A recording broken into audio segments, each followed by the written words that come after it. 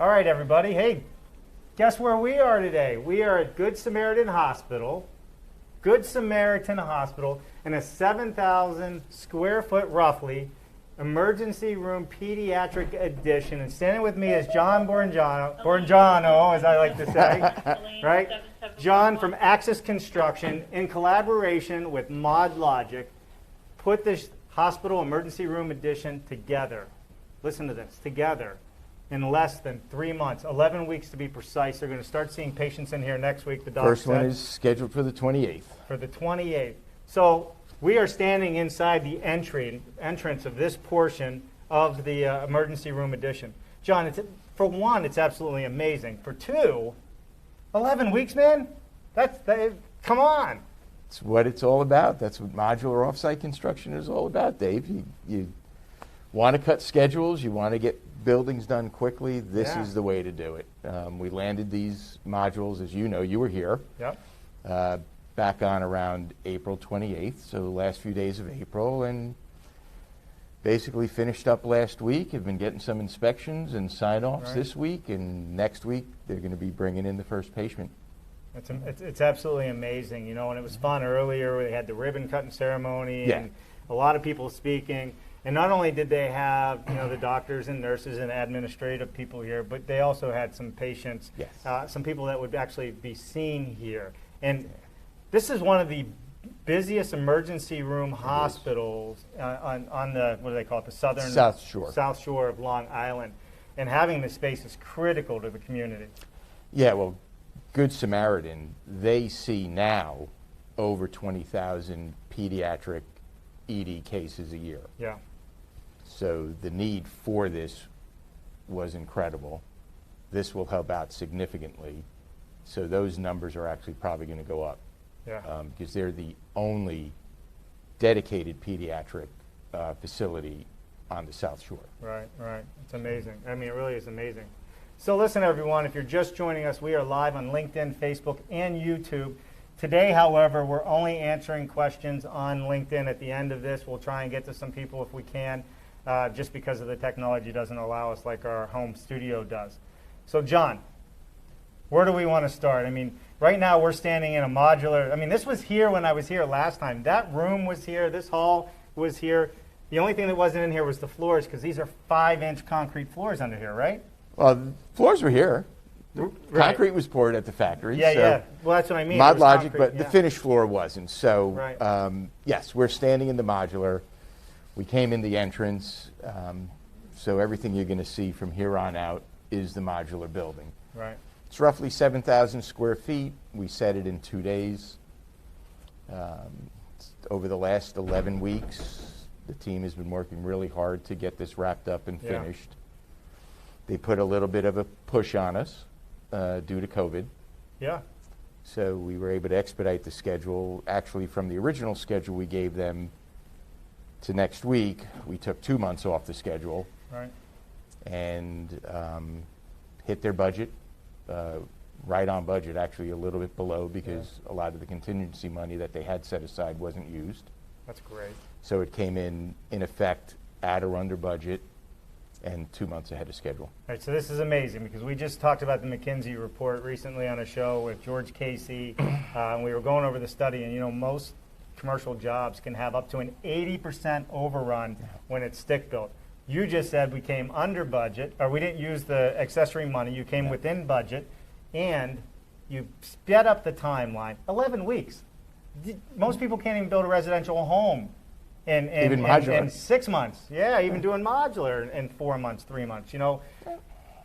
It takes a real effort. I mean, first it starts with all the design work, all of the planning up front. Right. And from the owner to the design team to MODLOGIQ to our group, if everybody's not working with each other and collaborating from the start, we would never have been able to do this. So that's an important step. Very important to have in any project, and we were fortunate here that it all came together. Then dealing with a factory like MODLOGIQ, the building, you saw it when it landed, it was 80–85% complete. Right. So mate line connections, some finishes, low voltage systems, things of that nature had to be put in. Right. We probably could have finished another week or two earlier, but all of the connections, all of the utilities for this building tie into the existing facility. And right through the doorway that you'll see later where this connects into the main hospital, that was the COVID ward. So we weren't able to start our work on the inside of the hospital, bringing utilities here probably for about 4 or 5 weeks after we were scheduled to. So again, we were able to get all of that done, had to work with the hospital, because right through the doors at the end of this hallway, that was actually a patient room, and when we were landing the building, there was actually COVID patients in there. So that delayed us a little bit. Otherwise, you know, we probably could have shaved another couple weeks off of the schedule. But overall, you know, the subcontractors, the team, everybody just worked together. Super professional. It was one of the most well-run jobs that I've ever been on, and I think I said that in the last live that we did. And speaking of the mechanicals, we're going to run into Mike down at the mechanical room, where we're going to talk a little bit more about some of the things you had to do with there. But kind of highlight what you said. All of the mechanicals were actually in place on this job, and they were a lot of them were run right here, and you lined them up perfectly with where they had to go into the addition, which was the COVID ward at the time. That wall was still in place. We weren't breaking through there, so everybody could stay safe, get the work done. And then at the last minute, at the end of this, you opened up that wall, and just like that, you tied it all together. I'm sure it had a little more than just that. It was a little bit more than that, and we did have to put up some temporary partitioning to block off the rest of the emergency ward that's right here. But again, it all worked out fine. But yes, there was a lot of planning in advance, a lot of coordination to make sure that everything lined up. That the foundation was in the right spot, it's the right size. That Main Street here with all of the utilities running down that then feed the building, that all of this was lined up to tie in perfectly, and everything, knock on wood, really it worked out well. We didn't miss anything. I know you'll talk to Mike a little bit later about that tank that we had to drop in. That worked out fine. So we couldn't be happier with it. I think you've talked to enough of the folks today that I think the client is very happy. So we're thrilled. That's a big thing to say. I did. I talked to one of the head guys that was part of the ground zero on the start of this, somebody that worked a lot with you to pull all this together. When you said, hey, why don't you think about this as a modular unit versus a stick-built unit? Because you guys do stick-built as well. We do. And steel and everything else in commercial. And he could not have been happier. I asked him flat out. I said, will you do this again? He said, in a heartbeat. I mean, heads on bed, especially for a hospital. 11 weeks and you have 7,000 square feet. How many rooms was that total? 16, well, there's 12 emergency rooms here, 2 of which are isolation. But then you also have your support on-call rooms, med, nutrition, soil, clean rooms. You'll see the nurses station, the island that we put in there for the nurses. That's pretty impressive. It's all state-of-the-art. Everyone has a view of every room. So a lot of thought went into this. So, well, hey, the intercom works. We know that's working just fine. Everything works fine. It's all tied into the system. This is part of the hospital now. It's not a separate building. This is an addition to the hospital. Runs off of all the same codes, the guidelines that you would build for any other hospital. This is nothing different. This is construction. I mean, wait until you see this. We're going to take you through this. I know we're chatting here a little bit, but I think it's really important to lay the groundwork from where we started and where we are today, 11 weeks later. And I think, you know, the designers that needed to play a part of this, right? I mean, there was design teams involved with your team, with the hospital's team, right? Outside designers as well, I believe. So, I mean, it really took a collaborative effort, and without all that pre-planning and pre-design and saving time and money on paper, it's allowed you to deliver a product within cost and before budget. And that's what people don't understand about offsite and modular. It's not the sticks cost. It's the overall cost that you really have to take into account with some pre-planning. Well, at the end of the project, sure. And we hear that more and more from clients, is that even if we're at the same cost of conventional, the schedule benefits that we provide with offsite construction that is significant. Right. The cost certainty that we provide. Because like I said, they're setting aside a typical contingency on a project like this, and we're not touching it. Yeah. Very little monies were touched on contingency, very few change orders, because again, everything is pre-planned. A lot of the issues are being shaken out while this is being built down in the plant. Yeah, for sure. So all of those things help, and then also the lack of disruption. You know, any hospital is always strapped for parking and space. Right. If we were to do this conventionally, we would have had to take probably another 50% Of the parking. of a outside. parking that we Yeah. would have, you know, that we had for this. Sure. Sure. So the lack of disruption, the speed, the cost certainty, those are really the key items. And that's, you know, Good Sam, they got every single one of them on this project. Yeah, yeah. I love it. I love Yeah. it. So why don't we stop from keeping people waiting to see this? Let's go down and talk Sure. to Mike in the mechanical room. We'll just kind of take a walk slow. Mike's down there waiting. I can already see him. I mean, you got a consulting room out here. You got janitor's closets. You got all your handrails in place. You know, all these windows were already in place. And what's really Right. cool about this, and we'll show some video later, is all the exterior on this. And if you watch the past videos, you'll see we're already set. And, you know, already in place during the set. It was. Even those water fountains right there that we just passed were in place during the set. So, all right. So we're coming up to Mike McAlpine. I'll drop you off to him now. Mike is our project superintendent on this particular project. Mike has had, what do you have, Come Mike? on in, About Mike. Join us 25 here. years, 30 years experience? 30 years. Let me take that off you Yeah, there. you're going to take that. Yeah. But, yeah, so Mike, you'll pick his brain, talk to him about different things, his experience. But Right. without For sure. him and Johnny Rocco, our PM, and Caroline, our APM, Johnny Rocco we and would have Caroline. never gotten this project done. Yeah. And give this man a lot of credit for Thank the you. 11 weeks. So. Yeah, Great team, absolutely. great team we had here. Yeah, for sure. I mean, hey, how can it not be? You're working with a guy named Johnny Rocco and Caroline, right? The best, the best name. Well, I'll tell you what. Let's take a walk down here to the Okay. mechanicals, Mike. Jennifer is going to slowly go backwards here. But, all right, so this is really a private section of the emergency area. So we got an on-call room. These rooms here are for the Yes. for doctors to take a break, relax, right? Yep. Right. And Yep. then I think we have another one here, another consult room. Yep. On-call room for the doctor, which is absolutely great. But this isn't something that the public can access. This is Nope. private space. There's a keypad door on there with a code, Right. so no one can really get access to this Yeah. except whoever has that code. Obviously, Sure, the doctors sure, being- sure. And then in here, Jennifer, you're going to pan in there, show them the electric room here, and what we're going to do is we're going to go over here.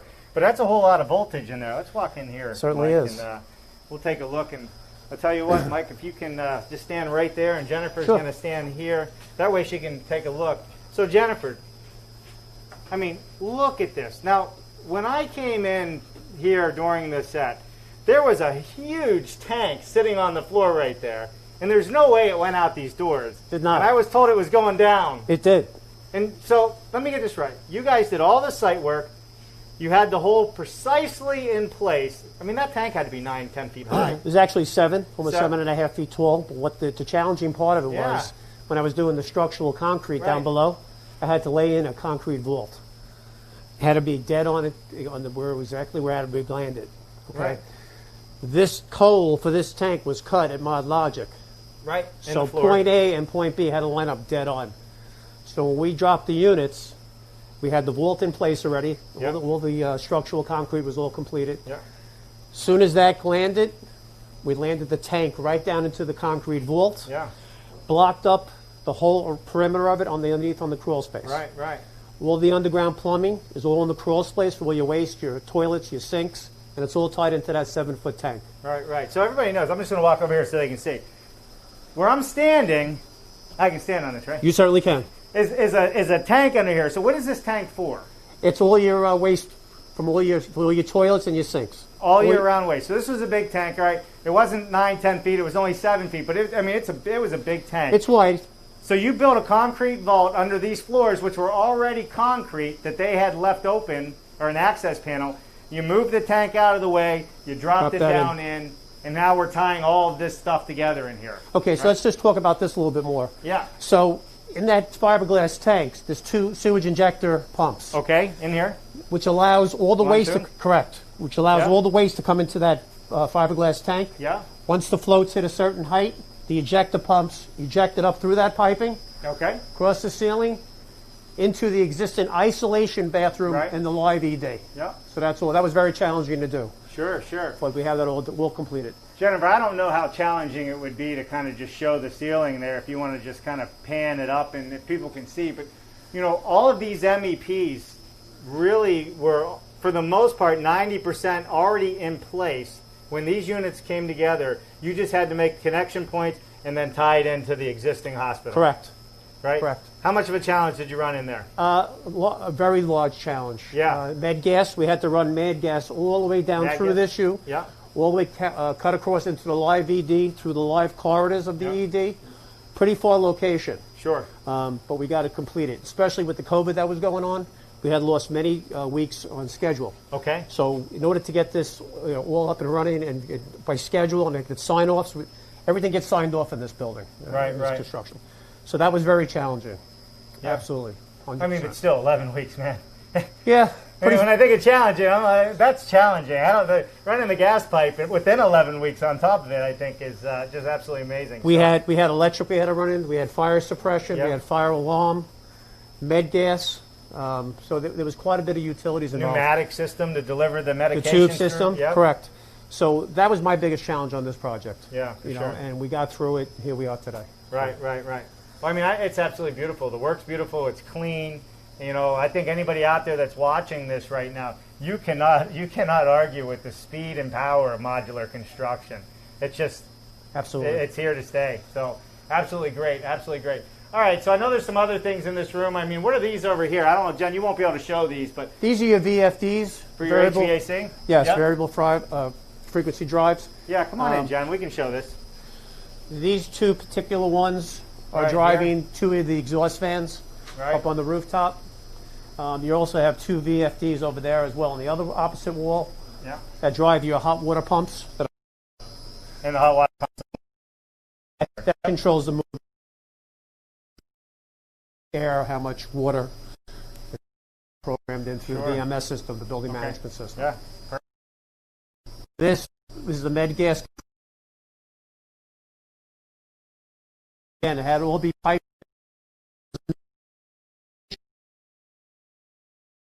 Pipe it in. That would go with the unit. We also had a wire to the front of the building. Now, you know the hospital, okay? Right. So we had to run. I cannot tell you how many feet to get to the front of the hospital to tie in to the main security panel. So that was another big challenge that we had, but we got it done. Perfect. I love it. Walk back out here, Jennifer.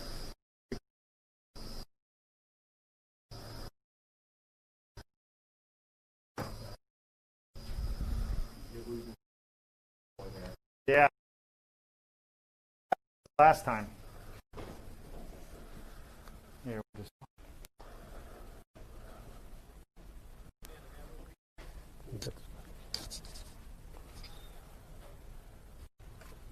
All right.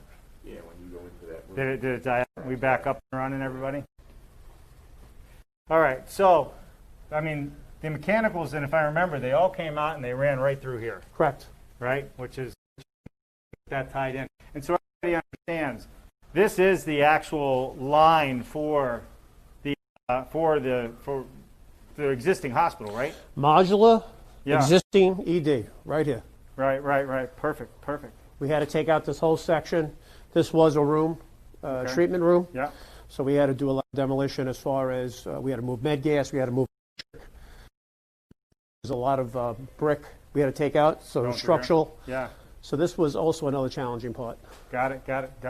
Love it. All right, let's go. Let's go in. I think we got Johnny Rocket in there. Are we back up? I don't know. Now it's showing the clips up.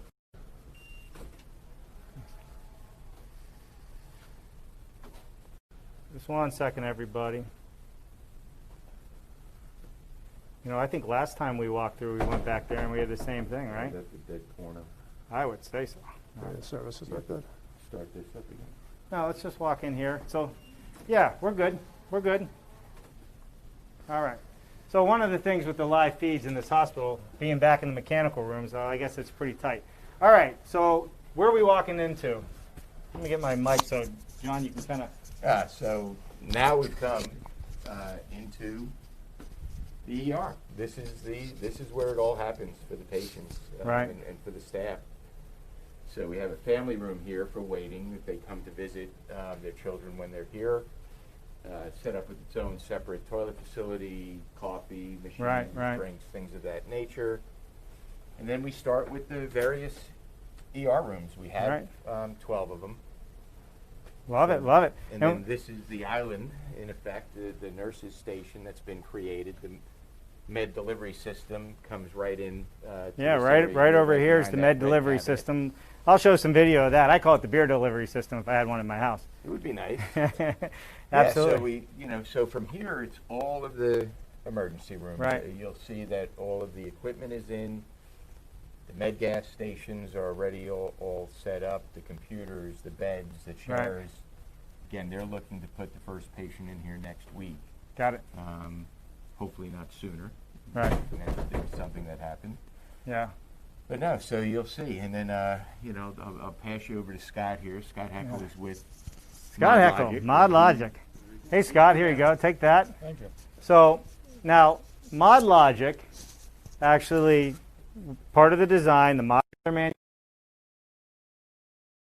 manufacturing, you guys have been working in collaboration on this project from the beginning, correct? Yes. Yes. Right. So why don't you tell us a little bit, Scott, kind of a little bit about MODLOGIQ, what your role in all this was, and kind of how the process went for you guys. Sure. Well, MODLOGIQ was consulted early on in the collaboration process, which is definitely the best way to go. Yeah. We were able to get input into the module layout, the structural applications. This building, what you don't see in this building, it is an A-rated building, so it's all fire rated. Yeah. It's got all kinds of fire spray, heavy applications, fire spray on all the structural steel, both below and above. So we were able to put in a lot of input into that early on to make the design a success. Right. Specifically, how we can break the modules up, because on the module outside application, you're dealing with weight, Sure. when you're building the building like this. So we needed to take advantage of the best layout for both the hospital and for the manufacturing process. That usually takes into account making sure that you can completely finish interior rooms, such as you'll see in the emergency room Right. or the bathrooms, things like that, so they can be completely finished in the factory environment. It just shortens the time cycle out here on the site and makes everything go a whole lot smoother. So that's the input that we put in. We started that input both with Axis and the design team, the Yep. architectural design team, as well as the customer. Sure. All involved in that same process, early on the process. Right. Well, walk us through. I mean, so everybody understands. We are standing, this is really the nurses and doctors stations behind us here. Yeah. This is a big open space. Yeah. I mean, a lot of people say, oh, well, it's modular. You can't. This is open, and this is, Yeah. Perfect what this is used for. Can you talk us through a little bit about what's here?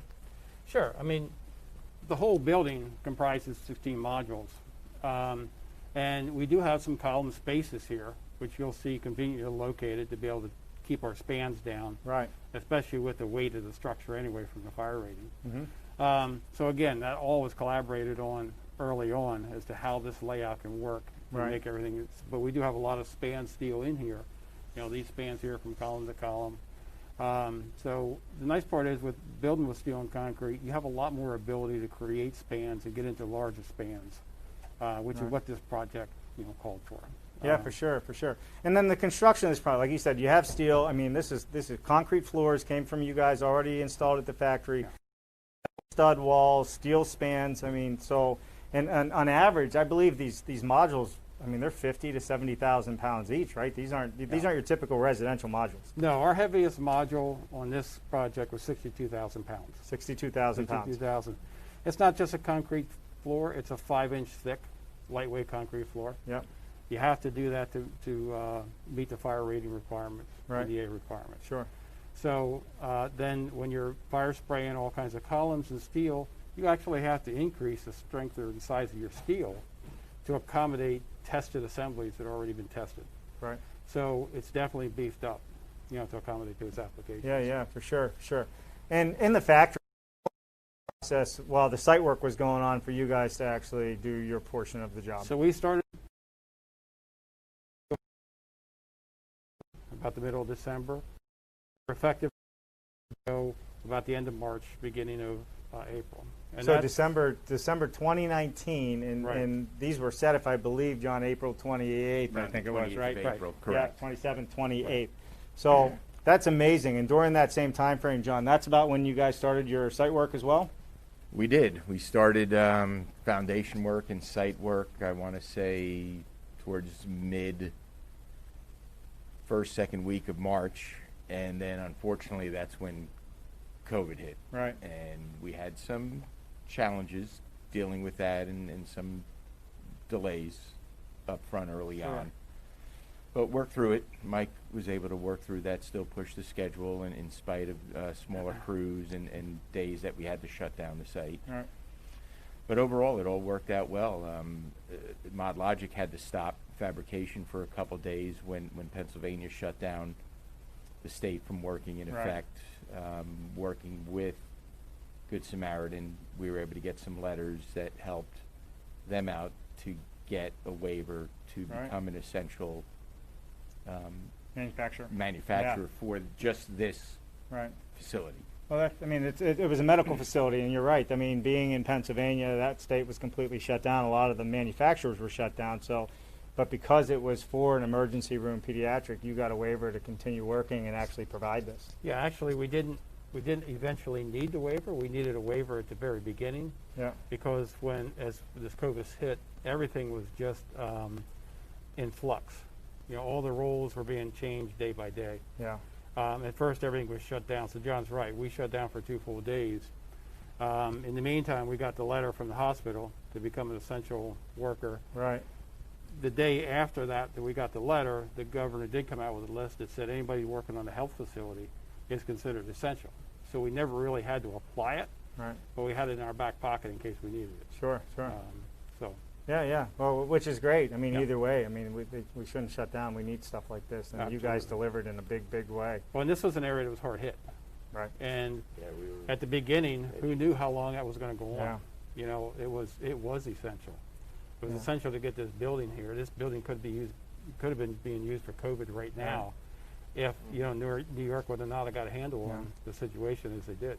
Yeah, you know what? Testament to Access and everybody that participated in this, because they didn't have to come here and work and put this together. Yeah. Everybody volunteered. And, I mean, everybody, and it's amazing. All of our workers, all the subs, they were given the choice whether or not they wanted to come to any of the sites, and the vast majority kept working. Sure. They wanted to get projects done, especially the healthcare. Right. Well, I'll tell you what. Let's walk over here. I think Johnny Rocco might be over there, and but Scott Caroline. and Caroline's here. Hey, so let's walk over here, Scott. Let's talk about the one of these emergency rooms, and then we're gonna get with Johnny Rocco and Caroline to talk about the construction aspect, because these are just two amazing people that were able to do it. Let's walk down this way here, if you don't mind, and we'll stand here. Johnny, what's up? How are you? Good. Convenient meeting you here. Absolutely. Yeah. So I tell you what, if we can use that just as a mic, you can hold it, and when we talk, don't hit the button on the front. All right, so we have Johnny Rocco, we got Scott, and we got Caroline. Johnny Rocco is project manager, correct, on this job? Correct, yes. And Caroline, you were also a assistant assistant project manager. And I mean, holy cow, 11 weeks, and you guys still have more hair than me, so that's a really good thing. Right? That's a really good thing. Yeah. So, Caroline, why don't we start with you? Tell us a little bit about how this project went in your mind, and maybe give us some of the ups and downs that you saw in the project.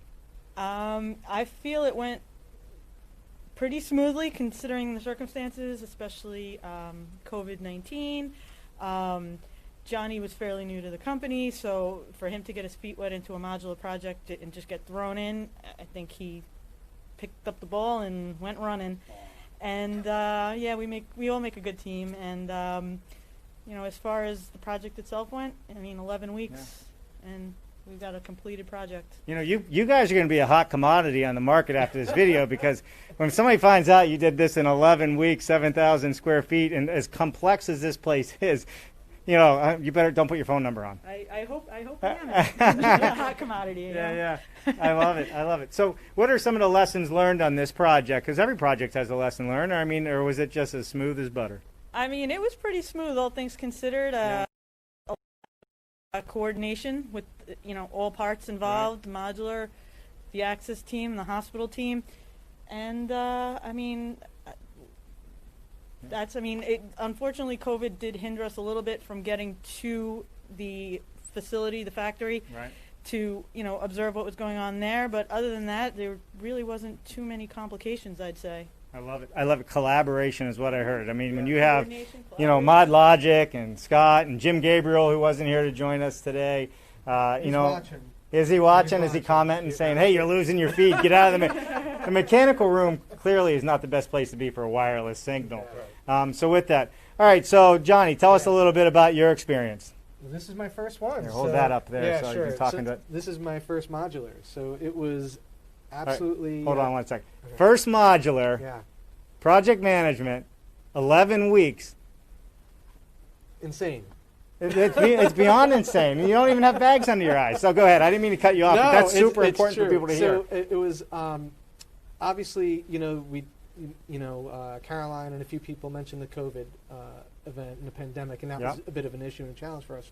But knowing that everything was secure and being done in Pennsylvania, and Scott had his team, Jim had their team working on everything, it allowed us to focus on what we needed to here.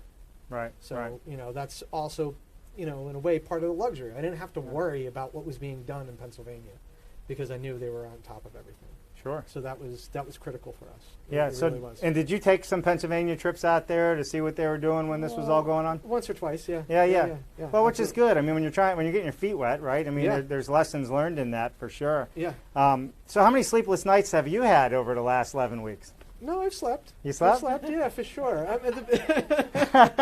I've slept. Yeah. Mike didn't as much as, No, I mean, listen, the challenges that we have, obviously, when you're putting not only connecting a new building to an existing, but, this is not my wheelhouse. Working in modular is something that's new to me. So that was the challenge. Working with the med gas, working with the mechanical system, everything that's already existing and connecting, that was the challenge for me. Yeah, for sure. So you've coming from an experience of stick built. Yeah. Would you go back to stick after you've done this project? Well, yeah. But I think I want to go more towards modular. Right. Yeah. I think modular, there's so many advantages. Right. I mean, you can't do something like this stick built in 11 weeks. It's just not going to happen. Yeah. It's a really good and viable solution for when you have to put heads on beds in hospitals, whether commercial, hotels, any of that stuff. Colleges. It's a quick way to get up and running. I mean, somebody hears you can do this in 11 weeks. Now, there's pre-planning and stuff that happens behind the scenes there, but even 6 months. No. I mean, you guys started in December. That's still not happening in 6 months. It's not. No way. Yeah, for not sure. Not with everything that's involved. Right. And all your inspections, certifications, all those details that are there. Which they took care of. Yeah, for sure. Yeah, you guys really did. On-site inspection, Caroline. I mean, completely. Was it reduced compared to what you were normally used to with a site-built project? No, there's just as many inspections. I just ran back to the office to get a Department of Health binder for our inspection tomorrow. It's as intricate as any other construction project. You have to get all the permits and the inspections and certifications and all that good stuff. And being that it's a facility for medicine, there's a lot that goes into it. It's not just the typical retail space or any of that stuff. Sure. Yeah. So why don't you guys tell us a little bit, Scott? I mean, Jen, can we get this room in the background? Maybe we step in here a little bit. Absolutely. Scott, tell us a little bit about everything that was done at the manufacturing plant. And I know what you're going to tell me, but go ahead. Sure. So basically everything, including the doors from the doors in, was installed in the factory, with the exception of the monitor, the tree here for the blood pressure, and some of the gauges there. All of the medical air boxes were in there, all of the electrical was in there, the ceilings, the lights, even the flooring within the rooms themselves. They were in, yep. Yeah, everything outside of here then was installed here at site. The sink was installed. Of course, the bed and the chairs came in later. Right, but the door, this glass door, the sliding doors were all in. Glass doors already Yeah, in. at least most of Yes. them were, if I remember. Oh, they were Yes, all in. they were all Yeah. in, and you know, they're both manual and electrically operated. Sure, Um, sure. So, yeah, everything as you see it here. is Right, right. installed. So I want everybody to take notice on this back wall with all the gas lines, the MEPs. You know, you probably know all the names, Johnny, better than I do of what everything is. Sure. But that's a whole lot of mechanicals that had to be done and highly thought out prior to this coming. Because, like you said, that whole section that Jen's showing right now was already in place, and all. In fact, the paint was on the wall. Yes. It was. Right? Yes. The paint was on the wall. So just think about that. And that all had to run to central connection locations and line up through 16 modules and then tie into an existing structure that was built I don't know how many years ago, but Yeah. long enough ago that it probably isn't the same stuff being used today. Yeah. So that's a good point to bring up because we did utilize BIM coordination Yep. in this design. So after the design was fully set, we brought in a BIM designer and we laid out every pipe, every duct, everything up in this ceiling Right. and within these walls. That's what you don't see in here right now. It's a really pretty looking hospital in the emergency room, Right. but the guts are in the walls and up in the ceiling. There's a lot of Yeah. stuff up there, and it's hard to fit. There are Right. the one thing with the off-site construction model is we do have some height challenges for getting things down the road. So that BIM coordination becomes even more important. Yeah, for than sure. what it is in a standard building. Yeah, yeah. It's important there, but it's even more important here. And that made our work in the factory much quicker, much more seamless, and as well gave everybody of the building as it's built, because we're building to those BIM drawings. You know, it's interesting you say that. We've just been talking on our show about DFMA, design for manufacturing, and assembly, and also BIM and how important BIM is in the construction world today, especially in offsite. Because without it, I mean, this task would have been monumental on an offsite project. It can be done, and it's been done. But to be able to actually in 3D see everything and visualize everything and find pain points before you actually get on site, Yeah. you know, and I'm sure you still run into some hiccups, but it has to minimize those by the hundreds of thousands, right? When you really think about it. It definitely does, and when you think about it, the BIM coordination study and that work takes 6 to 8 weeks itself, Right. just to work out the clashes on paper. Yeah. You know, if you're trying to do that in the field as you're putting everything up, that time gets extended dramatically. Right, right, for sure, for sure. Well, I love it. I mean, I think it's absolutely wonderful. Jen, why don't we walk down the hall here a little bit? Scott, you and I can go over here, and I just want to show everybody the rest. You know, the internet's funny in here. Like, you get cut off when you get to a certain corner, which I think is great. So, Jen, if we can show, I mean, look at all of the nurses and doctor stations that we have here. Look behind us here. All of this was here, and you know what, Caroline, if you want to come in here, well. If I remember correctly, this big open space actually was pretty wide open. So a lot of these finishes you put in on site here. Is that accurate? Yes, the nurses' station, the cabinetry and millwork, that was done by an Access sub. Most of these finishes here were done here. Right, right. So like the quartz countertops that are in here, and then a lot of that island, like you said, was built on site. All the millwork was built and installed here. Sure. Yeah. All right, and also, Johnny, maybe you want to walk me through this a little bit. These columns here, I don't want to step in front of you. So, right, we're looking at, these are some mate lines that run where the modulars come down, correct? Yeah, those are mate lines for sure. Right. Yep. And the way these are set up, if I recall, I mean, these are units going this way here, and then we had some other units running, I don't know, there's 16 of them, but however you put them all together, it's beautiful. So there's about, yes, so the perimeter are pretty much individual modulars, and then there's about 3 in the center. Right. And what you're seeing when you see these columns are the mate lines where they're joined. I mean, you guys have done a phenomenal job. I mean, between MODLOGIQ, Axis Construction.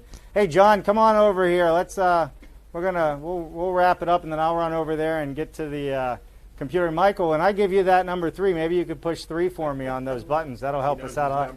Yeah, for sure. So do we have everybody here? Jen, you got everybody in the shot? All right, so I just want to go through this again. So John Borgno, how would I say? Buongiorno. He always gives me a hard Buongiorno. I know. I feel like I'm saying it like an Italian. I'm not Italian, or Not even close, Dave. I know. Whatever the case is.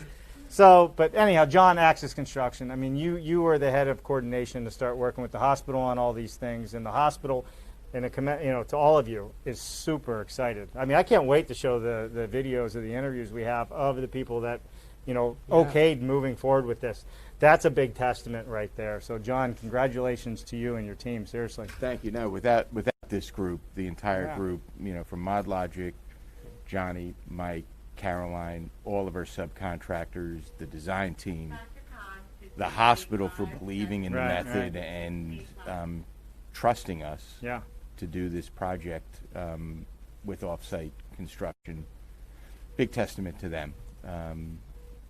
They got everything that they had asked for and on time, a little bit sooner. Yeah. So they are very happy.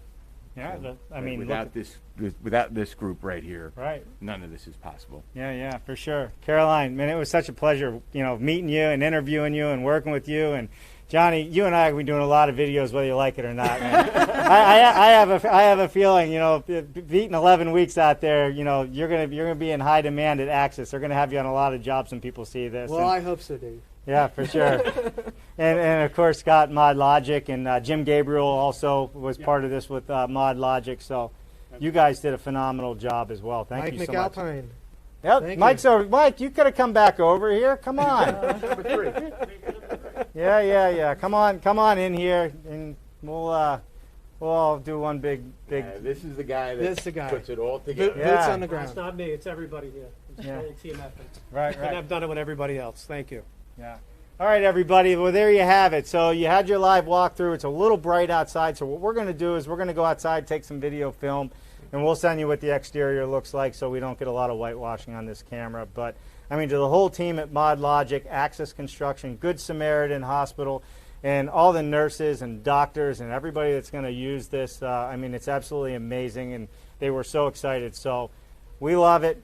So listen, hey, I need you to hit number 3. Yes, sir. So, And Dave, thank you for coming down and showing all of this to everybody. Right. We really Not yet. appreciate your interest in sure. what we're doing. Yeah. Thank you. I love it. And anytime people are doing innovative things, moving the ball forward, and taking it to the next level with BIM, right, and DFMA.